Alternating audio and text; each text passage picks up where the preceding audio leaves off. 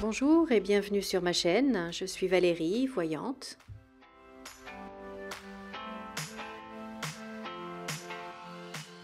Je remercie tous mes abonnés et je souhaite la bienvenue à tous les nouveaux arrivants.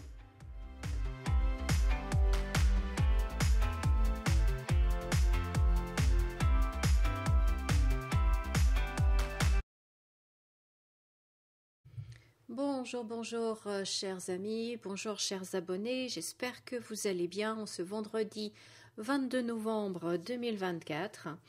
Alors là, je viens de faire un petit tirage avec le Béline et la question précise était: est-ce que la France va être militairement en guerre avec la Russie?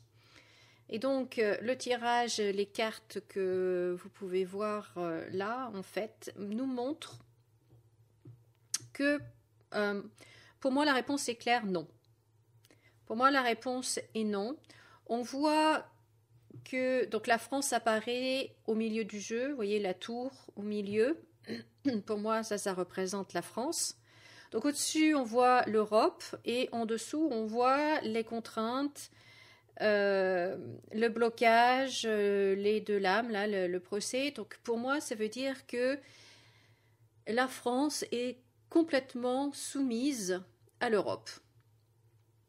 Donc rien de nouveau là-dessus, je ne vous apprends rien, et même ce qui n'est pas dans les cartes tout de suite, c'est que pour moi la France en fait est totalement soumise non seulement à l'Europe mais également aux États-Unis, et pour moi on est le je ne sais plus combien tième État des États-Unis, hein, même si on ne vote pas pour leur président, même si on fait partie d'une banlieue un peu lointaine des États-Unis, tellement on est soumis aux États-Unis. Bon, je referme la parenthèse. Revenons à ce qu'on voit là sur le tirage. Bon, on voit quand même, hein, en haut à droite, vous voyez quand même la carte du chat noir, avec en dessous les ennemis, les deux coqs qui se battent. Donc on voit bien qu'il y a en ce moment, et pendant encore les quelques semaines à venir, je pense, les jours à venir, des grosses tensions, et il y a vraiment une intention très fourbe, belliqueuse, très malsaine de la part d'une personne. Alors est-ce que c'est l'Europe en général? Est-ce que c'est quelques personnes en particulier? En tout cas, il y a vraiment des intentions très mauvaises en ce moment et pour les temps à venir. Mais pour moi, c'est très lié à l'élection américaine, là encore, puisque je vous l'ai dit dans certaines vidéos précédentes que, comment il s'appelle, Zelensky a très peur en fait de Trump, de l'arrivée de Trump. Il sent que son argent de poche va lui être supprimé et il est dans un état de panique assez épouvantable. Et je pense que ça doit être très dur à vivre et pour lui et pour son entourage. Mais moi, ce qui me fait le plus peur, c'est que quand une personne est dans l'émotionnel comme ça et en mode panique, survie, eh bien, c'est pas là qu'elle prend les meilleures décisions. Et surtout pas les décisions de paix. C'est là que, en fait, elle est capable de jouer le tout pour le tout. Et moi, c'est ce que j'ai un petit peu peur. J'ai un peu peur que Zelensky aille vers cet extrême-là, de jouer le tout pour le tout. De toute façon, perdu pour perdu, et ben, autant que ce soit dans un gros feu d'artifice. Et alors, je ne sais pas si c'est l'Europe qui le maintient dans cette situation-là ou si c'est lui qui maintient l'Europe dans cette tension-là. Mais en tout cas, les deux, hein, ça forme un sacré couple, un sacré duo, et ils s'auto-alimentent. Et c'est pour ça, en fait, qu'il y a... Là, on est dans une période assez délicate, mais pour moi, le danger vient d'eux. Pour moi, le danger vient d'eux.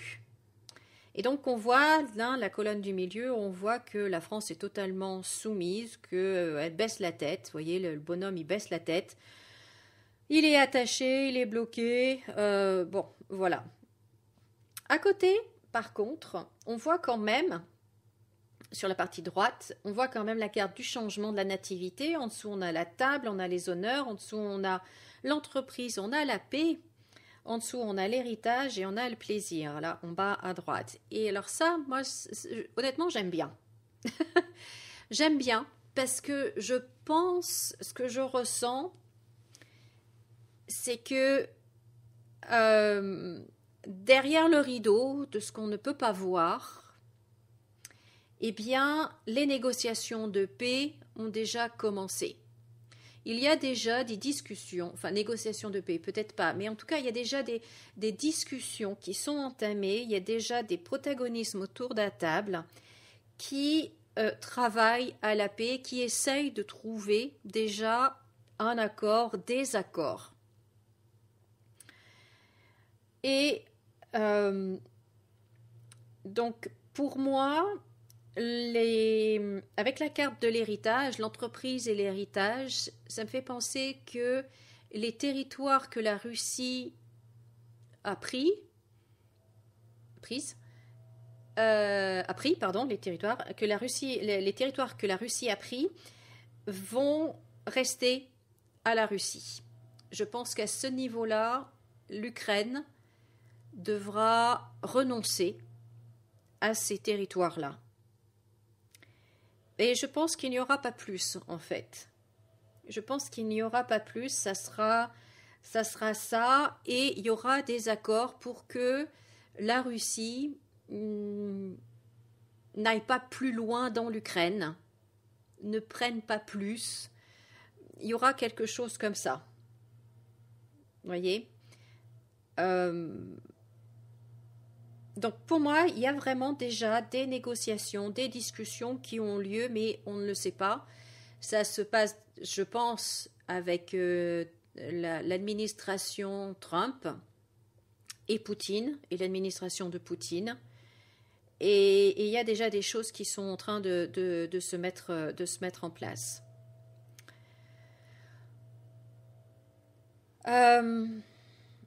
Ensuite, ce que l'on voit aussi, pour moi, ce qui va être... donc, est-ce que la guerre militaire... Non. Pour moi, ce ne sera pas une guerre militaire. Vraiment, je n'y crois pas du tout. Par contre, une guerre économique, financière, bancaire, là, par contre, oui. Je pense qu'il va y avoir... déjà, les prix vont énormément augmenter pour nous. Et je pense que ça va être plus une guerre économique que militaire. Et là, par contre, je ne suis pas sûre qu'on s'en sorte gagnant, ou en tout cas, sans parler de gagner, qu'on s'en sorte sans égratignure. Vous voyez, je pense que là, au contraire, là, ça va nous faire très très mal. Ça va nous faire très très mal. Il y a des contrats qui vont être négociés. Et je pense que là, la France en particulier va être la grande perdante. Vraiment. Vraiment, avec le blocage sur les papiers, les contraintes. Je pense que la France va être la grande perdante. Au niveau économique, au niveau du commerce, des échanges, commerce international, au niveau bancaire également. Au niveau bancaire, là en bas à gauche, on retrouve le niveau bancaire avec la femme, la pyramide et la banque juste au-dessus. Donc là, logiquement, c'est pas Van der Leyen, quoique elle est partout. Mais, comment elle s'appelle ? Christine Lagarde. On n'entend pas parler alors qu'elle revient souvent dans mes visions. Donc, bon, je pense qu'on va la voir réapparaître. Mais voilà, je pense que c'est vraiment au niveau économique qu'on va payer et que l'on va subir cette guerre. En fait, ça va être une guerre économique. Alors, j'ai envie d'essayer avec le grand Tétélia, voir un petit peu ce que ce tarot a à nous dire. Pardon. Alors, on va voir un petit peu. J'ai envie de maintenant basculer plus sur la guerre économique, hein, puisque on va voir. Alors, la coupe annoncée du changement. Alors, je vais tirer 3 cartes. Alors, la guerre économique. La guerre économique. Alors, indulgence et arrivée. Alors, on a la carte de l'imprévu, l'indulgence, le roi, l'arrivée. Donc, il y a vraiment l'arrivée d'un homme important, d'une personnalité importante. Alors, imprévu, bon, alors, je recouvre pour voir de qui il s'agit. Alors, l'imprévu, avec, il y a la carte de la faillite dessus. Bon, ben voilà, hein, comme ça c'est clair. Ok, donc la question, hein, c'est bien la guerre économique et financière, et on a la carte de la faillite, de la misère, de la solitude. Bon.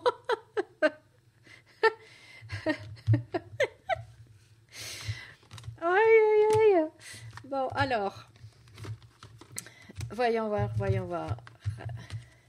De toute façon, on se doute, la carte de la faiblesse sur la solitude, misère et la carte des gains. Donc les gains, on va pas gagner grand-chose.